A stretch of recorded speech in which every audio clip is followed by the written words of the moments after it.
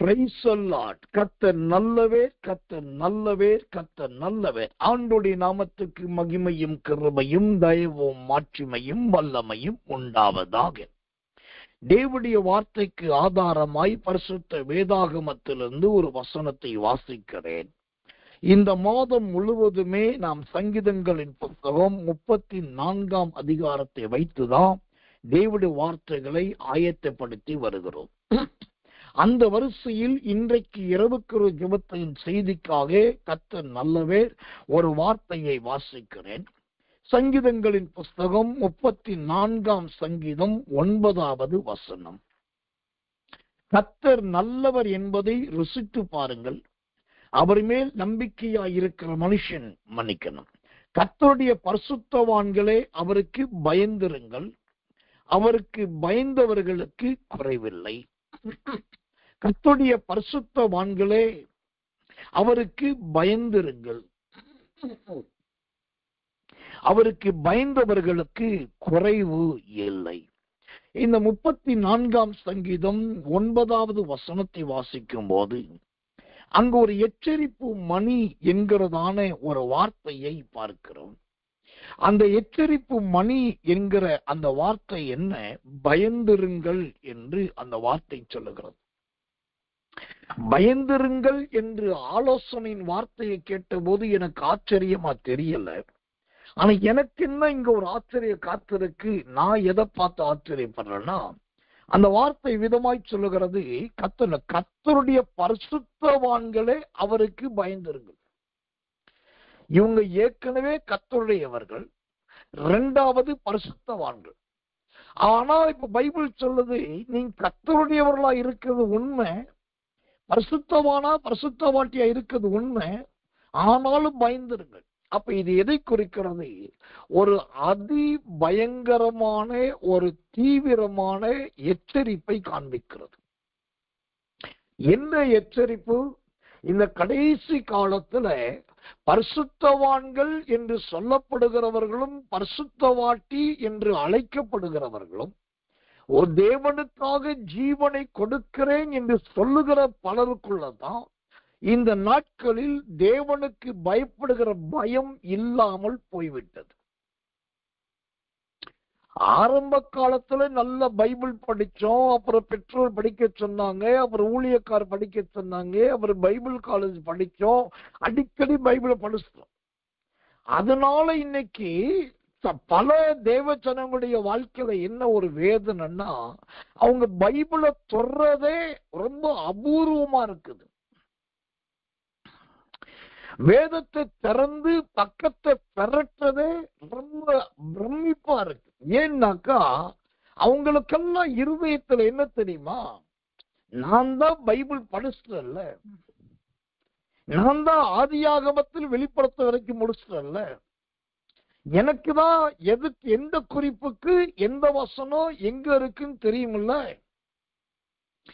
எதை எதோடு இணைச்சா பிரசங்கம் எவ்வளவு சூப்பரா இருக்குன்னு தான் எனக்கு அறியும் இல்ல. நான் இவ்வளவு தெரிஞ்சிருக்கும் போது நான் அழகா போய் மேடையில நிக்கிறேன். மேடையில பிரசங்கம் பண்ண ஆரம்பிச்சா அது பாட்டுக்கு மனதிறந்த வெள்ளமா வந்துகிட்டு இருக்கு. அப்புறம் எதுக்கு பைபிள் படிக்கணும்? இதுதான் இன்னைக்கு நிறைய பரிசுத்தவான்களுடைய ஜீவியத்தில் காணப்படுகிற மிகப்பெரிய பாவம். அதே போல சிலர் என்ன கேள்வி கேட்கிறாங்க? 5 மணி நேரம் ஜெபிக்கணும், 8 மணி நேரம் ஜெபிக்கணும், 4 மணி நேரம் ஜெபிக்கணும்ல, இன்னொரு பைபிள் எங்க இருக்குது? இயேசுவானவர் கெத்செமனே தோட்டத்துல போய் வாக்கு கடங்காத பெருமூச்சுக்களோடு ஜெபம் பண்ணாரு. எப்ப பண்ணாரு? எல்லா ஊழியத்தையும் முடிச்சிட்டு அவர் சிலுவையில சாகரத்துக்கு முன்னாடி கடைசியா ஜெபம் பண்ணார். தினமுமா கெத்செமனே தோட்டத்துக்கு போனாரு, தினமுமா வேர்வைய ரத்தமா சிந்தினாரு, தினமுமா அங்க போய் அழுதுட்டு இருந்தார் கிடையாது இல்ல.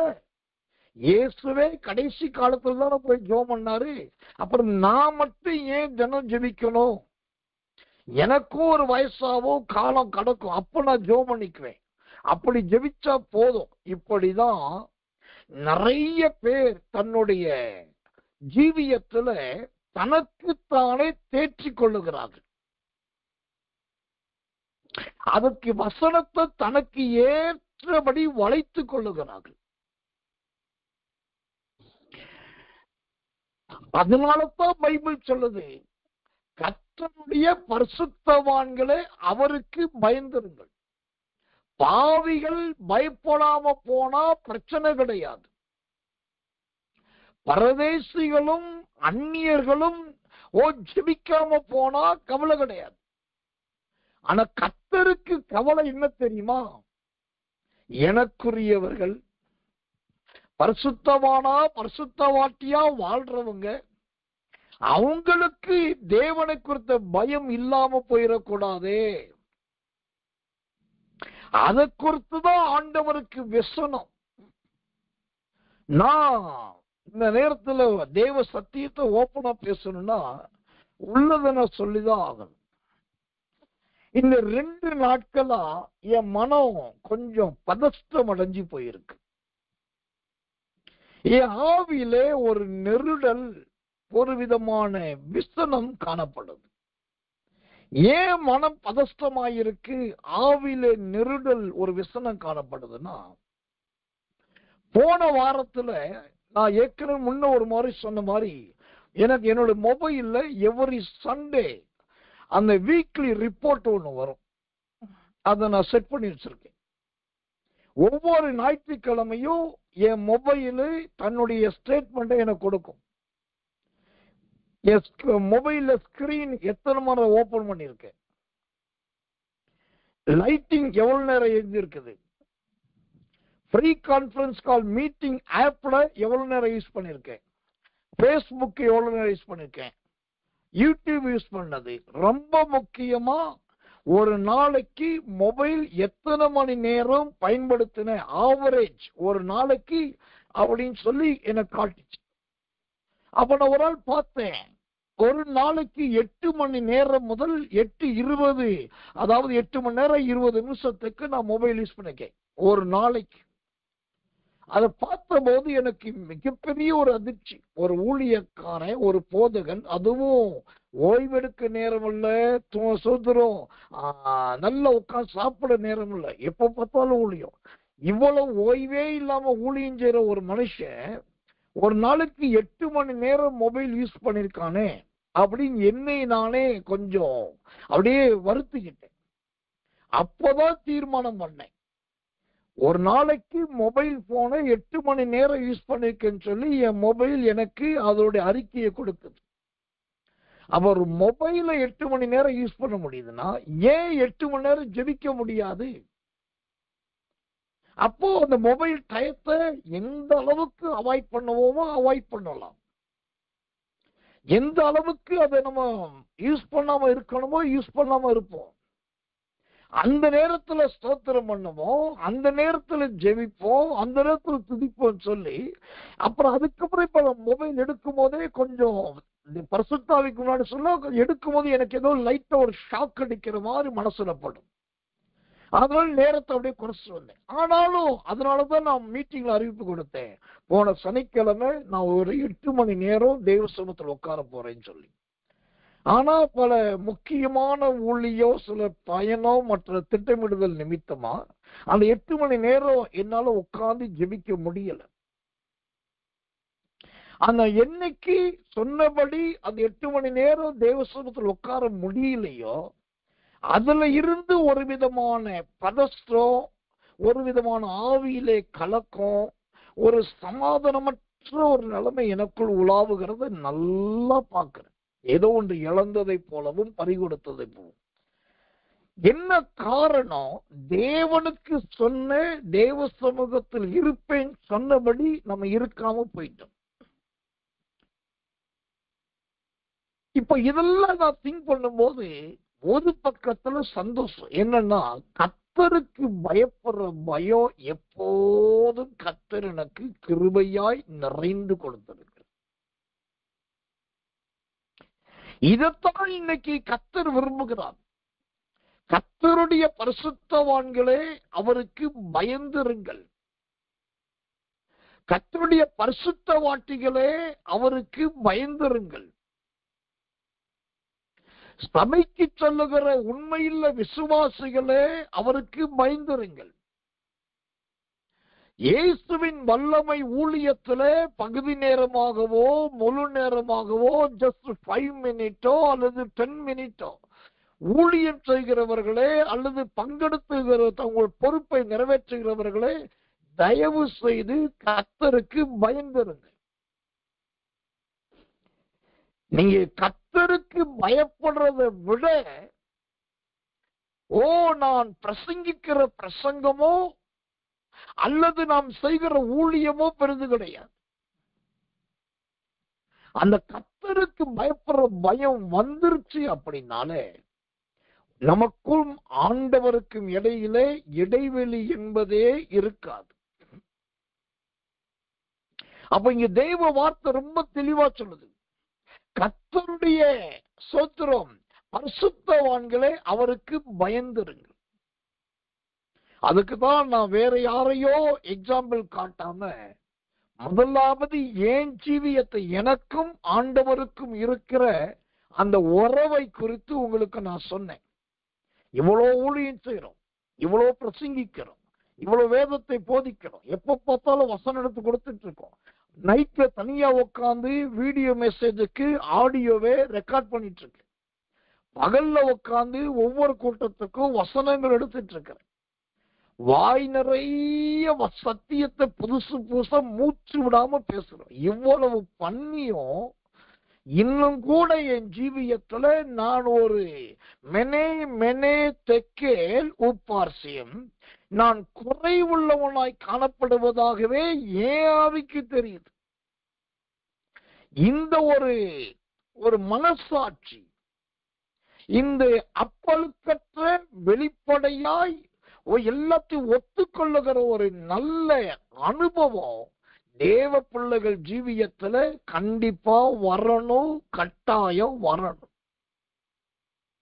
இன்னைக்கு கர்த்தருக்கு பயந்தவர்கள் என்று சொல்லுகிறவர்கள் மூலமாகத்தான் நிறைய பாவ காரியங்கள் நடக்கிறது, நிறைய அநியாயங்கள் நடக்கிறது.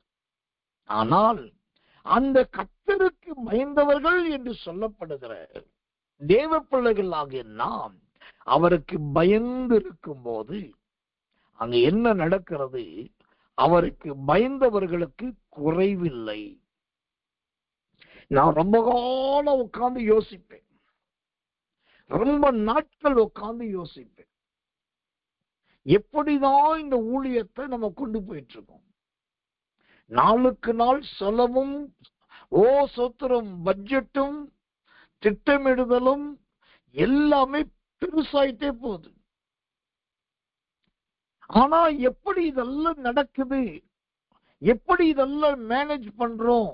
எங்கேயுமே கடன் கிடையாது, எங்கேயுமே ஒரு 500 ரூபாய் 1000 ரூபாய் கைமாத்தா வாங்கினது கிடையாது, ஒருத்தத்தை கூட வட்டிக்கு வாங்கினது இல்லை.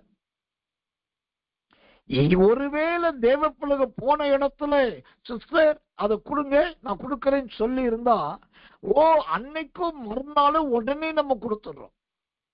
இப்ப இதெல்லாம் நடக்குது, எப்படி நடக்குதுன்னு யோசிப்பேன்.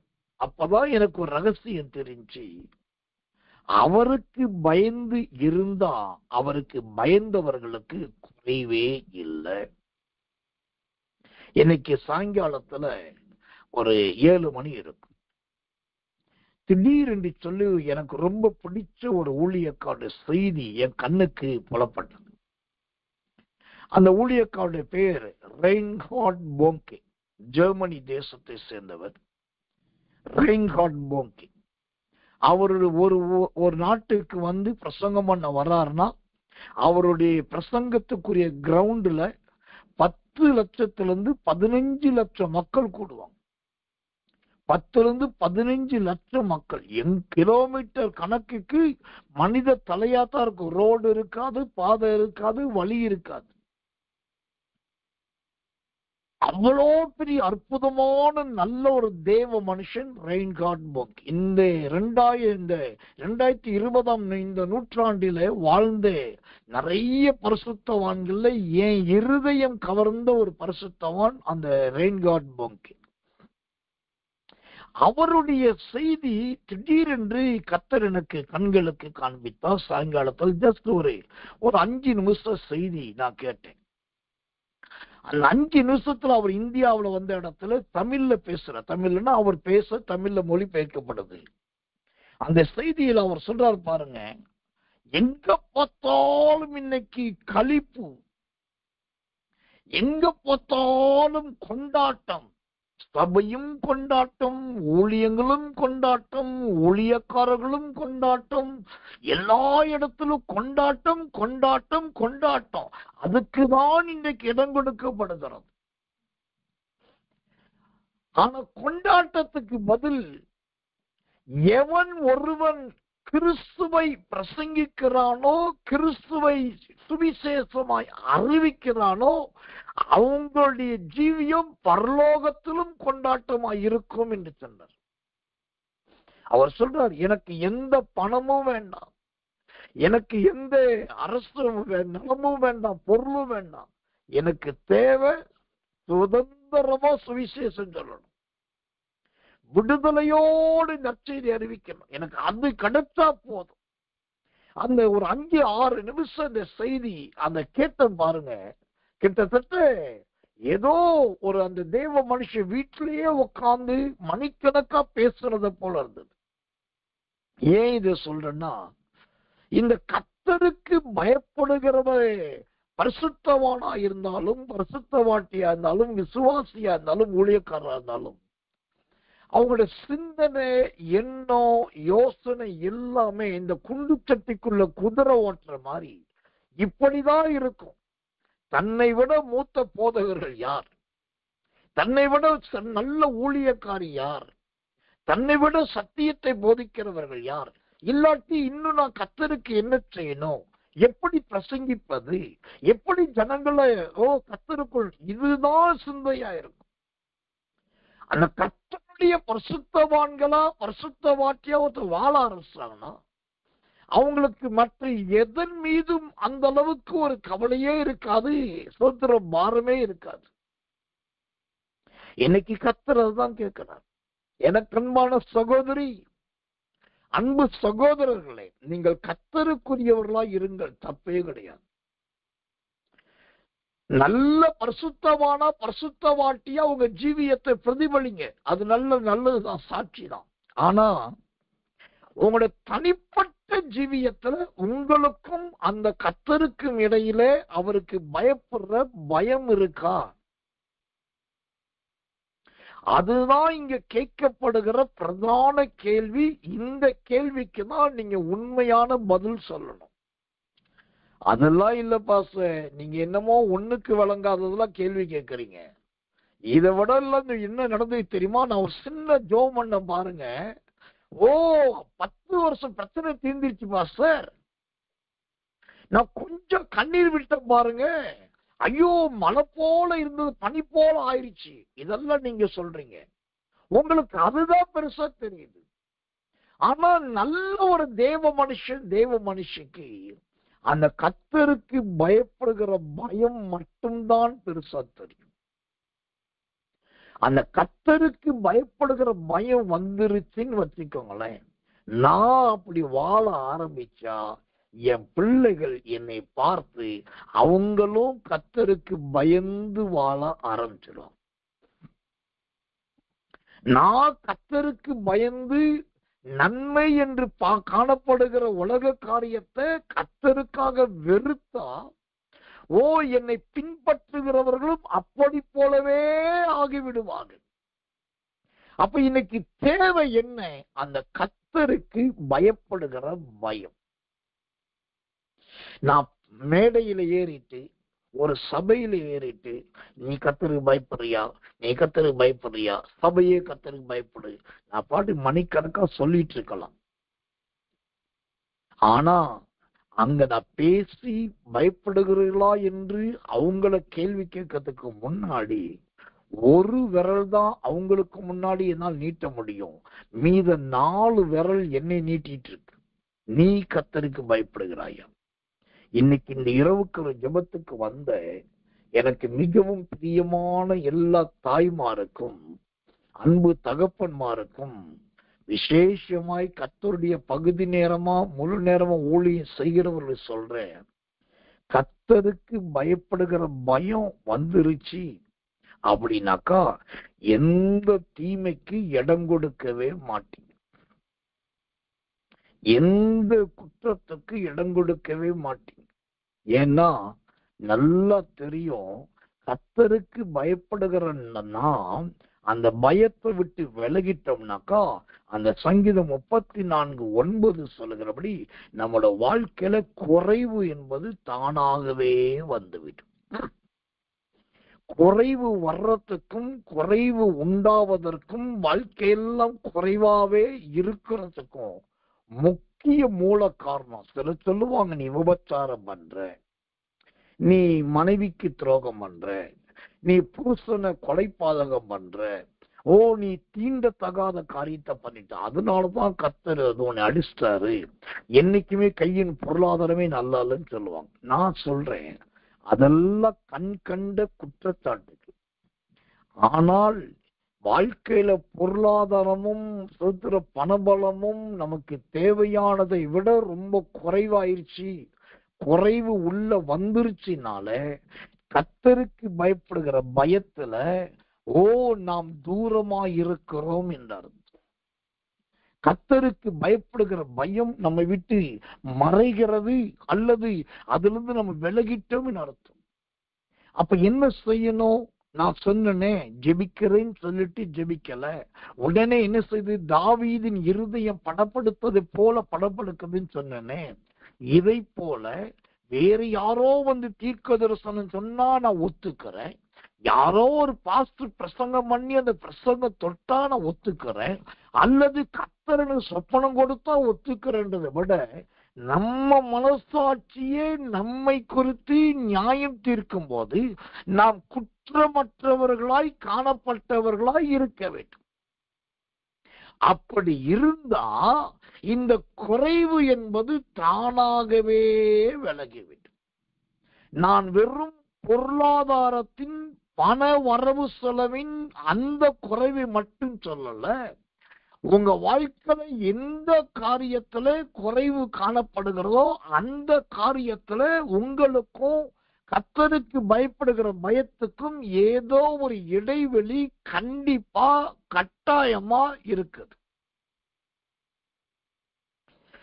அந்த கர்த்தருக்கு பயப்படுற பயம் வந்து நம்ம கண்ணுக்கு முன்னாடி, இருதயத்துக்கு முன்னாடி, செயலுக்கு முன்னாடி நம்முடைய ஜீவியத்துல எது குற்றமா இருக்குதோ, எது குறைவா காணப்படுதோ, எது பாவம் தெரியுதோ அதை விட்டு நம்ம விலகிட்டோம், அதை தைரியமா தூக்கி எரிஞ்சிட்டோம். அது லாபமா இருந்தாலும் கர்த்தருக்கென்று நஷ்டமா விட்டேன்னு சொல்லி நீங்க விலகிட்டாலே போதும். ஆகாத கர்ம காரியம் அப்படின்னு பைபிள் சொல்லுது. ஆகாத கர்மங்களில், அந்த கர்மங்களில் நீங்கள் தலையிடாம இருந்தாலே கர்த்தருடைய ஊழியக்காரனாகி நான் கர்த்தருடைய வசனத்தை சொல்றேன். சங்கீதம் 34:9 சொல்லுகிறபடி அந்த குறைவு என்பது இருக்கவே இருக்காது. கர்த்தர் நல்லவே, கர்த்தர் நல்லவே, கர்த்தர் நல்லவே. எனக்கன்பான தெய்வ பிள்ளைகளே, இந்த சூத்திரம் கர்த்தர் நல்லவே, இந்த கர்மத்தின் கிரியைகளை விட்டு வெளியே வாங்க.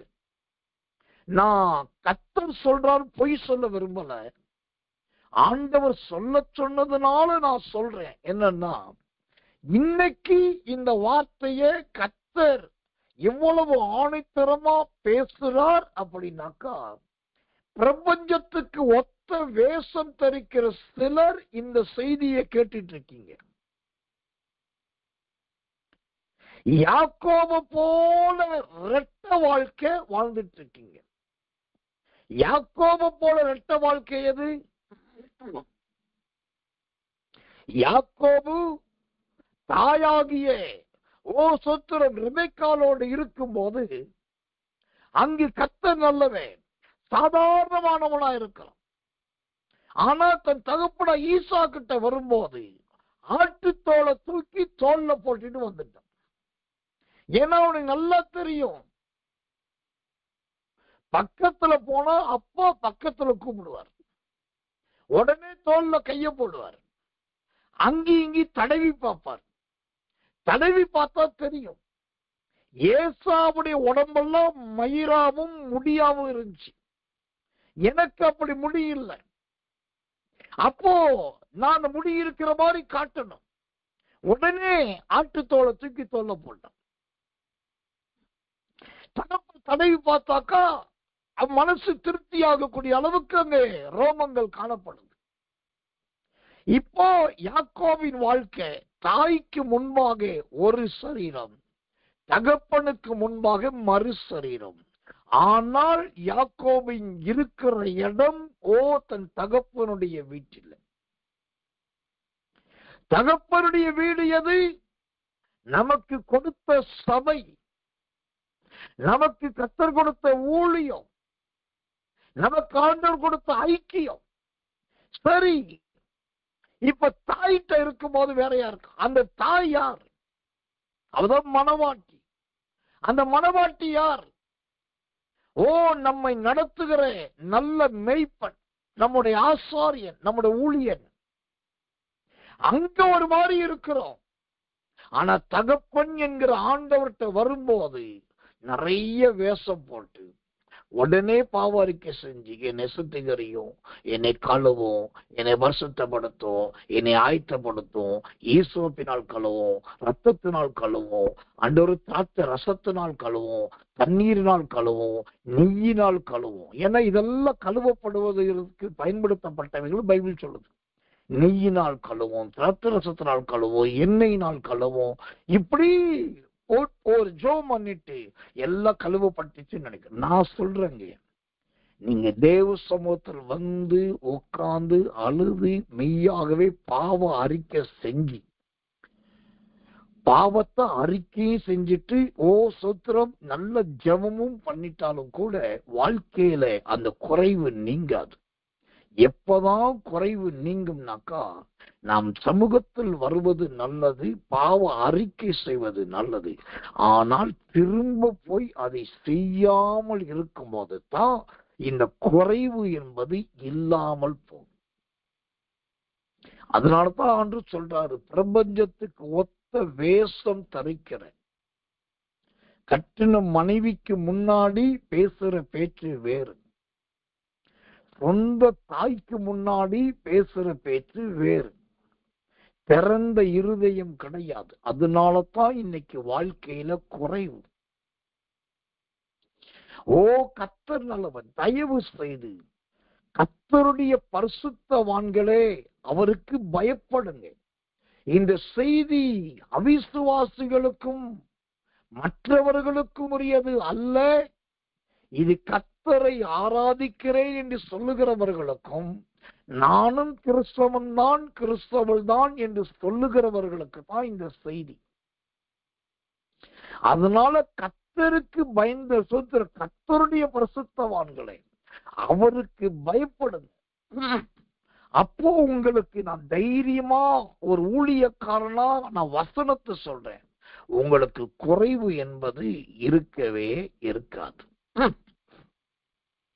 அது கடைசி நேரத்திலையும் அந்த குறைவை மாற்றலாம், கடைசி நாளிலும் அந்த குறைவை மாற்றலாம். எந்த நேரத்தில் குறைவை விளக்க வேண்டுமோ அந்த நேரத்தில் கர்த்தர் குறைவை விளக்குவார்.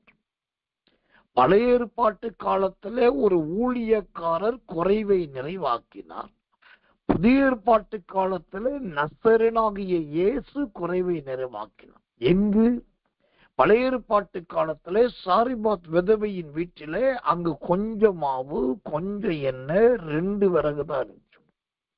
ஆனா எலிசா என்னும் தேவ மனுஷன் சொன்ன மாத்திரத்துல அங்க செலவழிந்து போகவும் இல்லை, என்ன குறைஞ்சும் போகல. பஞ்ச காலம் முழுவதும் இருந்தது, குறைவே இல்லாமல்.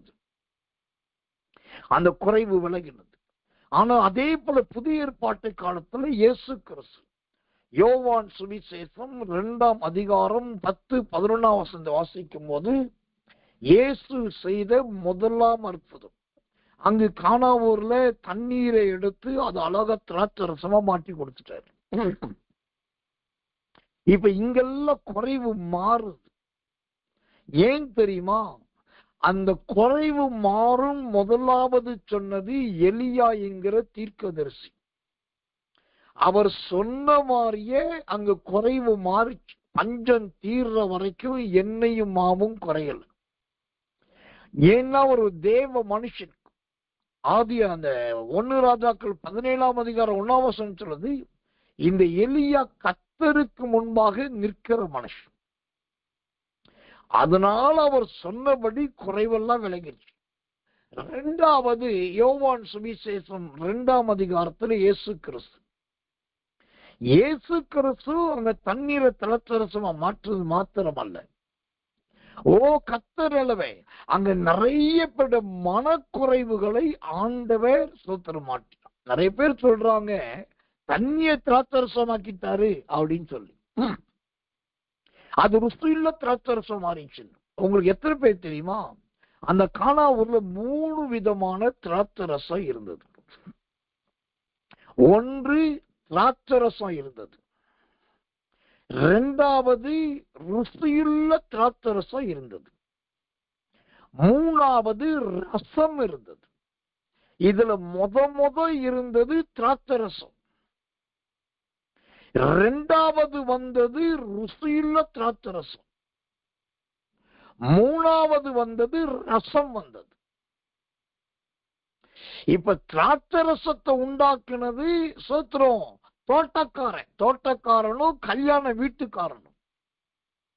அவன் உண்டாக்குனது திராட்சரசம். ருசியுள்ள திராட்சரசத்தை உண்டாக்கினது இயேசு கிறிஸ்து. ரசத்தை உண்டாக்கினது தேவனுடைய வார்த்தை. இப்ப திராட்சரசம் எதை குறிக்குது? ஆரம்ப பழைய காலத்தை காண்பிக்குது. கிறிஸ்துவுக்குள் வருவதற்கு முன்பாக இருக்கிற அனுபவத்தை குறிக்குது. அதுதான் திராட்சை ரசம். அது மரத்திலிருந்து பறிக்கணும், அது கொடியிலிருந்து எடுக்கணும், அது போட்டு நல்லா பிழியணும், அதுக்கப்புறம் திராட்சை ரசமா மாறும். அதே மாதிரிதான் பழைய ஏற்பாட்டு கால சொல்றோம். உங்களுடைய பழைய ஜீவியத்துல பாடுபட்டு கஷ்டப்பட்டு உழைச்சாதான் உங்களுக்கு சாப்பாடு வருமானம். ஆனா 2வது ருசியுள்ள திராட்சரசம். இது என்ன தெரியுமா? எத்தனை பேர் இந்த சத்தியத்தை நம்புறீங்க, ஏத்துக்கிறீங்கன்னு தெரியல. நீங்க ஏற்றுக்கொண்டாலும் சரி, ஏற்றுக்கொள்ளாட்டியும் சரி, நான் சொல்ல போறதா உண்மை. என்னன்னா 2வது ருசியுள்ள திராட்சரசம். இந்த ருசியுள்ள திராட்சரசம் எதை குறிக்குது? கிறிஸ்தவத்தின் ஜீவியத்தை குறிக்குது. நான் சொல்றதை நீங்க டெஸ்ட் பண்ணி பாருங்க. கர்த்தருக்குள் நல்லா இருக்கிற ஒரு பிசினஸ்மேன், கர்த்தருக்குள் நல்லா இருக்கிற நல்ல ஹார்ட் ஒர்க்கர், ஒரு கடின வேலையாள், கர்த்தருக்குள் நல்ல ஒரு மகிழ்ச்சியா இருக்கிற நபரை தேடி பாருங்க.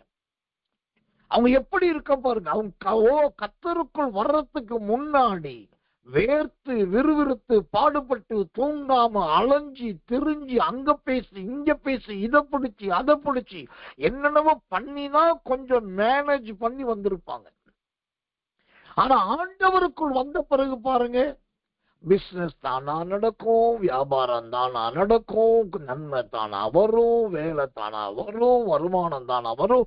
எப்படியோ ஒரு வண்டி தானே ஓடிக்கிட்டே இருக்கும். முன்ன மாதிரி ராத்திரியில யோசிக்கிறது, பகல்ல ஓடுறது, ஒருத்தர் காலில் விழுகிறது, மற்றவங்க கையை பிடிக்கிறதெல்லாம் கிடையாது. இப்ப இவங்களை தேடி யார் யாரோ வர்றாங்க, அது படி நடந்துட்டு இருக்கு. இதுதான் ருசியுள்ள திராட்சரசம்.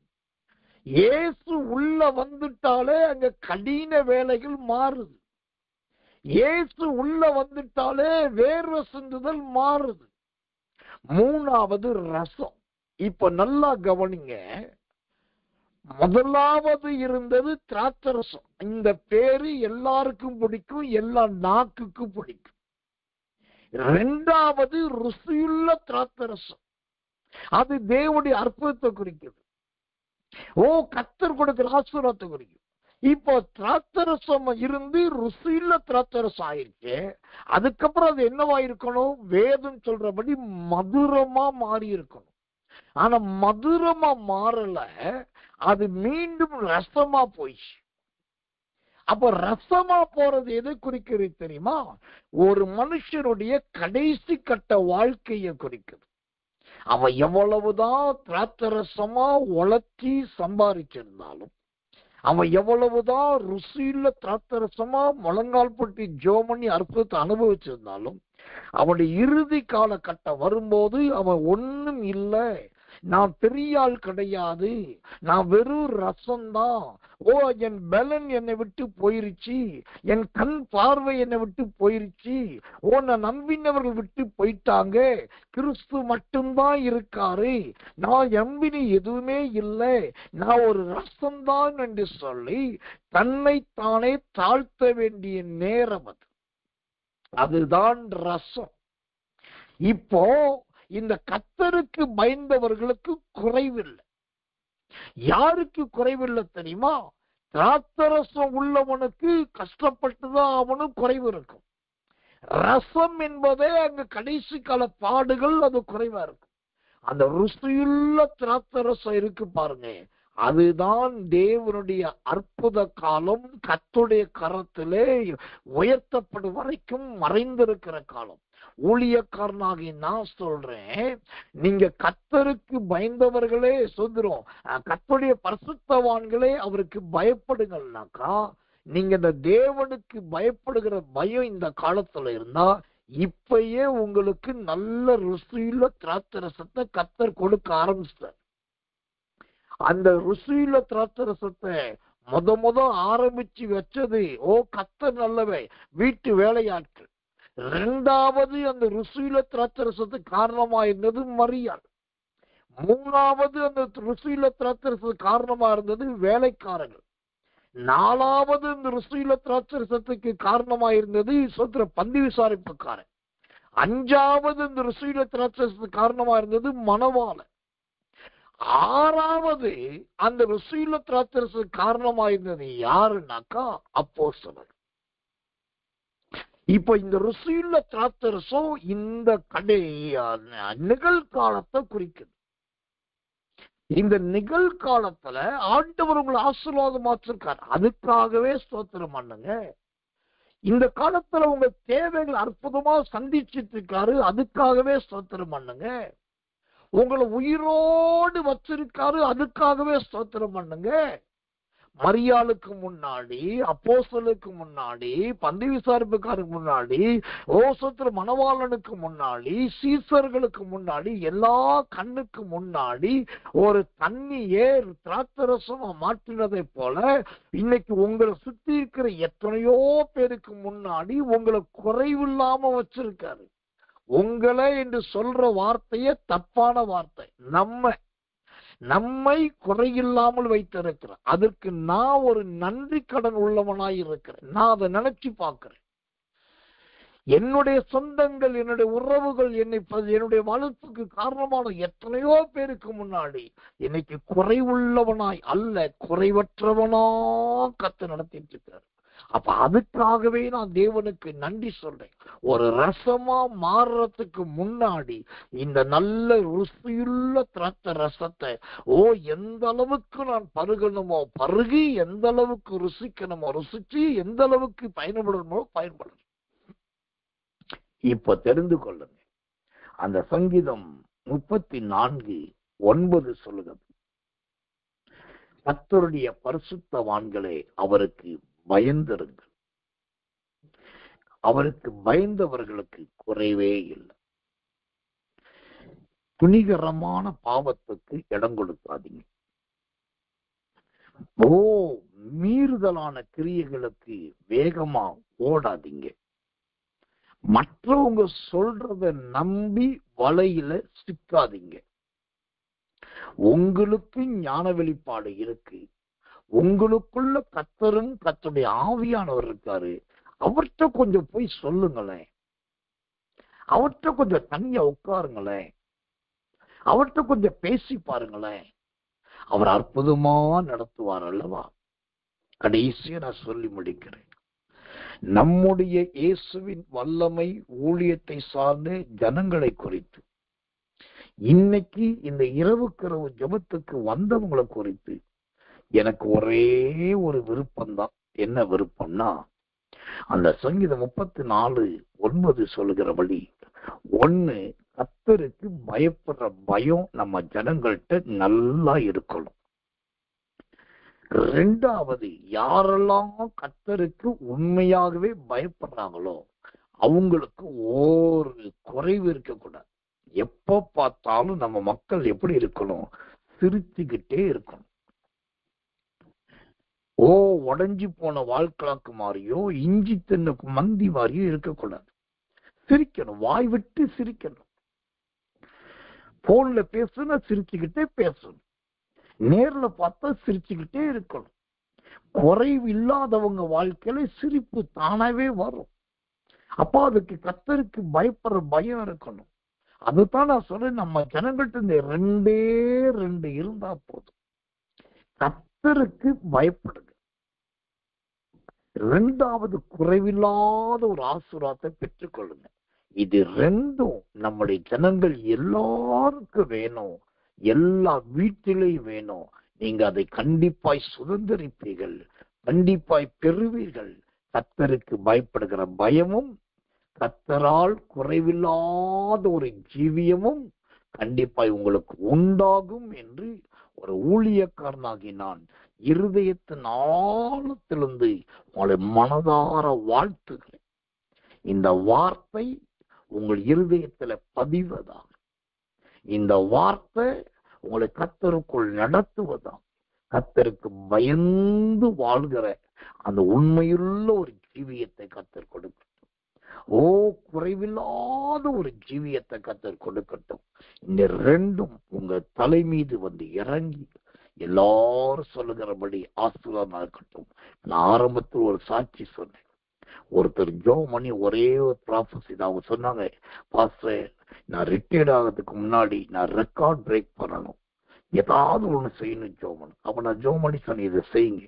சொன்னபடியே செய்தார்கள். கிட்டத்தட்ட 20-24 கோடி செலவழித்து ஒரு பெரிய அதை கட்டி அதை சுதந்திரம் அதை வாங்க ஆரம்பிச்சு வேலை ப்ராசஸிங் நல்லா போயிட்டு இருக்கணும்னு கர்த்தருக்கு பயப்படுறது மறந்தாங்க, ஊழியக்காரனை மறந்தாங்க, நெக்லெக்ட் பண்ணாங்க. அவங்களா வரட்டும், அவங்களா கூப்பிடட்டும், வீடுகளே வரட்டும் எதிர்பார்த்தாங்க. ஆனா நம்ம கர்த்தரையே நம்பி இருக்கிறதுனால அதுக்கு இடமே கொடுக்கல. ஆனா இப்ப நடந்தது என்ன? ஒரு வருஷத்துக்கு முன்னாடியே அது அழகா பிரதிஷ்டை பண்ணப்பட்டு இன்னைக்கு மிகப்பெரிய ஒரு அலுவலகமா மாறி இருக்க வேண்டியது ஆண்டவர் அப்படியே தடுத்து போட்டார். திரும்பவும் நான் சொல்லி முடிக்கிறேன், நீங்க கர்த்தருக்கு பயப்படுவதும் கர்த்தருடைய ஊழியக்காரருடைய வார்த்தைக்கு பயப்படுவதும் ஒன்றுதான். தயவு செய்து உண்மையாயிருங்க, தயவு செய்து உண்மையாயிருங்க. காரியம் கைகூடி வரும்போது அவசரப்பட்டு சுய புத்திக்கு இடம் கொடுக்காதீங்க, அப்படியே நின்று போயிடும். கோடிக்கணக்கானவைகள் நஷ்டமும் நட்டமுமாய் போயிடும். கர்த்தருக்கு பயந்து கொடுத்த வார்த்தையில பின்பற்றின பாதையில செம்மையாயிருக்கு. இந்த என்னால இவ்வளோ பெரிய காரியம் நடக்க போகுதுன்னு சொல்லி பெருமேட்டிமை வரும்போதே தாழ்த்துங்க. உங்களை நடத்துகிற மெய்ப்பனுக்கும் போதகனுக்கும் ஊழியனுக்கும் சபைக்கும் சங்கத்துக்கும் உண்மையாயிருங்க. அப்ப தேவன் உங்களை சொன்னபடியே சுதந்திரம் கின்னஸ் ரெக்கார்ட் படைக்கிறதுக்கும் உங்களை பயன்படுத்த அவரால் முடியும். அந்த உண்மை ரொம்ப முக்கியம். கண்களை மூடி நாம் ஜெபிக்க போறோம். 2 காரியம்தான். ஒன்று, கர்த்தருடைய பரிசுத்தவான்களே, அவருக்கு பயப்படுங்கள். ஒன்று, கர்த்தருக்கு பயப்படுவது. 2வது, தேவன் உயர்த்தும் போது, நமக்கென்று பெரிய காரியத்தை செய்யும் போது நாம் நம்மையே மறைத்து கொண்டு நம்முடைய வார்த்தையிலே உண்மையாயிருப்பது, வாக்குறுதியிலே செம்மையாயிருப்பது, முடிந்து ஜெயம் பெறுகிற வரைக்கும் கர்த்தருக்குள் தாழ்மையாயிருப்பது. அப்ப அது எந்த தடையும் வராது, எந்த தடையும் வராது.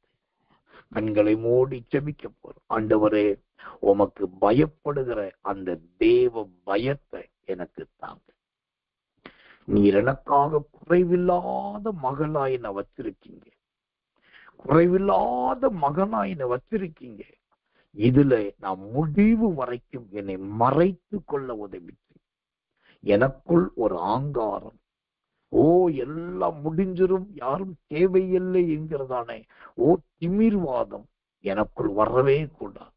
இன்னைக்கு செய்தியில் ஆவியானவர் தெளிவாய் சொன்னார். பிரபஞ்சத்துக்கு ஒத்த வேஷம் போடுகிற சிலர் இந்த செய்தியில் இருக்கீங்கன்னு. அந்த வேஷம் போடுகிற அந்த யாக்கோபின் ஆட்டு தோளத்துக்கு வெளியே எறிங்க. யோசேப்புக்கு பல வருண அங்கி, மல்டி கலர் ட்ரெஸ் கொடுத்தாங்க. நீங்க நல்லா தெரிஞ்சுக்கணும், யோசேப்பின் உடம்புல மல்டி கலர் ட்ரெஸ் என்கிற அந்த பல வருண அங்கி இருக்கிற வரைக்கும் அவன் சோதிக்கப்பட்டான், தகப்பனாலேயே வெறுக்கப்பட்டான், சகோதரர்களா வெறுக்கப்பட்டான். அங்கு அவனுக்காக ஒரு மிருகம் அடிக்கப்பட்டு ரத்தம் ஊற்றப்பட்டது. நீங்க பைபிள் நல்லா படிச்சு பாருங்க. என்னைக்கு யோசேப்பின் சரீரத்திலிருந்து பல வருண அங்கி களையப்பட்டதோ அவனுக்கு அப்புறம் அவன் நேரம் ஒட்டகத்துல ஏற ஆரம்பிச்சான். இந்த பல வருண அங்கி எதை குறிக்கிறது? நேரத்துக்கு நேரம் நாம் மாறுவது, ஆளுக்கு ஏற்றபடி மாறுவது, சமயத்துக்கு ஏற்றபடி மாறுவது. எனக்கு நல்ல சொப்பனம் பார்க்க தெரியும், எனக்கு நல்ல தரிசனம் பார்க்க தெரியும், எனக்கு நல்ல விளக்கம் சொல்ல தெரியும், எனக்கு எங்க அப்பா கிட்ட கட்டி பிடிச்சு அன்பா படுக்க தெரியும், எனக்கு எங்க அம்மா கிட்ட முத்தம் கொடுத்து சந்தோஷமா இருக்க தெரியும், எனக்கு எங்க அண்ணமாருக்கு நல்ல சாப்பாடு கொண்டு போக தெரியும், எனக்கு எங்க சொத்துற ஒட்டகத்துல எத்தனை சவாரி பண்ண தெரியும். இந்த பல திறமைகளை நம்பி இருந்த காலம் அது யோசேப்புக்கு சோதனையின் காலம். அது ஆனா அந்த பல வருண அங்கி நேரத்துக்கு நேரம் மாற வேண்டிய கட்டாயம் எல்லாம் போன உடனே அவன் நேர பொற்கடுக்கன்கள் இருக்கிற இஸ்மவேல், பொற்கடுக்கன்கள் கோடீஸ்வரர்கள், கோடீஸ்வரர்கள் கையிலே கொடுக்கப்பட்டு விட்டார். அப்போ பல வருண அங்கிய நம்பாதீங்க, ஆட்டுத்தோலை நம்பாதீங்க. உங்களுக்கு கர்த்தர் கொடுத்திருக்கிறதுல சந்தோஷமாயிருங்க, பொறுமையாயிரு. இதுதான் தேவனுக்கு பயப்படுது, இதுதான் அவருக்கு பயந்திருப்பது. கண்களை மூடி ஆண்டோட்டு சொல்லும், ஆண்டவரே பிரபஞ்சத்துக்கு ஒத்த வேஷம் தரிக்கிறேன், நாளுக்கு நாள் நேரத்துக்கு நேரம் ஆளுக்கு ஆள் என்னை நான் மாற்றிக்கிறேன். அந்த பற்றோந்தி தன்மையெல்லாம் என்னை விட்டு முற்றிலுமாய் மாற்றிப்படும். நீர் என்னை எப்படி வைத்தீரோ நான் அப்படியே இருக்க எனக்கு உதவி செய்யும் என்று சொல்லி யார் கண்களை மூடி பாரத்தோடு ஜெபிக்கிறீங்களோ, ஒரு ஊழியக்காரனா நான் சொல்றேன், உங்களை ஆண்டவர் ஒட்டகத்துக்கு மேலே ஏற்றவும் பொற்கடுக்கண்கள் என்கிற கோடீஸ்வரர்களோடு உட்கார பண்ணுவதற்கும் அவர் வல்லவராயிருக்கிறார். ஆட்டுத்தோலை நம்பாதீங்க, பலவர்ண அங்கியை நம்பாதீங்க, கர்த்தரை நம்புங்க. கண்களை மூடியாவில் நிரம்பி ஒப்பு கொடுத்து கர்த்தரை சோதரம் பண்ணுவோம். நாம் ஜெபிப்போம். அன்புள்ள நல்ல பரம பிதாவே, நல்ல அருமையான இந்த சாயங்காலம் கடந்த ராத்திரி நேரம் சங்கீதம் 34:9 வசனத்தை கொண்டு பயந்திருங்கள் என்று கர்த்தர் ஒரு எச்சரிக்கை மணியை அடித்திருக்கிறார். எப்படியெல்லாம் பயப்பட வேண்டும், எந்த விதத்தில் கிறிஸ்துவுக்குள் காணப்பட வேண்டும் என்பதை வெட்ட வெளிச்சமாக நீர் உடைய ஜனங்களோடு நேருக்கு நேர் பேசினதற்காக இந்த சத்தியத்தின்படி எங்களை மாற்ற, இந்த உபதேசத்தின்படி எங்கள் ஜீவியத்தை மாற்ற. நாங்கள் பலவரின் அங்கியை அல்ல ஆண்டவரே, ஆட்டு மயிரை அல்ல ஆண்டவரே. சோத்திரம் மேனி கர்த்தர் நல்லவை, ஏசாவை போல இருக்கு, குரலோ யாக்கோவை போல இருக்குது என்கிறேன். அந்த இரட்டை வேட ஜீவியம் எங்களுக்கு வேண்டாம் ஆண்டவரே, இரட்டை வேட ஜீவியம் வேண்டவே வேண்டாம். உள்ளதை உள்ளதென்று சொல்ல உதவி ஆண்டவரே. நாங்கள் இந்த யாக்கோபு சொந்த தகப்பனை ஏமாற்றினதை போல நாங்கள் யாரையும் ஏமாற்றக்கூடாது, ஒருவரையும் ஏமாற்றுகிறவர்களா இருக்கக்கூடாது. எங்கள் ஜீவியத்தை ஆண்டவரே பயந்திருக்கிற ஜீவியமாய் ரெயின்கார்ட் போங்கே என்கிற தேவ மனுஷனை எப்படி சத்தியத்தை சொல்லுகிற மனுஷனாய் பயன்படுத்தினீரோ, இதோ இன்றைக்கு கூட்டத்துக்கு வந்த ஒவ்வொருவரையும் பயன்படுத்தும், எல்லாரையும் பயன்படுத்தும். உமக்காக ஜீவிக்க உதவி செய்யும் ஆண்டவரே. நல்ல திராட்சரசமாய் இருக்கிறவர்களை ருசியுள்ள திராட்சரசமாய் மாற்றும் அபிஷேகம் ஆசீர்வாதம் கூட இருப்பதா. இரவில் நல்ல நித்திரைத்தார், அதிகாலை இருட்டொளி ஜெபத்தில் கலந்து கொண்டு தெளிவான சத்தியத்தை, நல்ல தீர்க்க தரிசனங்களை சுதந்திரிக்க உதவி செய்யும். தாழ்த்தி ஒப்புவிக்கிறோம். இயேசுவின் ரத்தம் செய்யும். இயேசுவின் நாமத்தில் ஜெபிக்கிறோம் நல்ல பிதாவே. ஆமென், ஆமென், ஆமென்.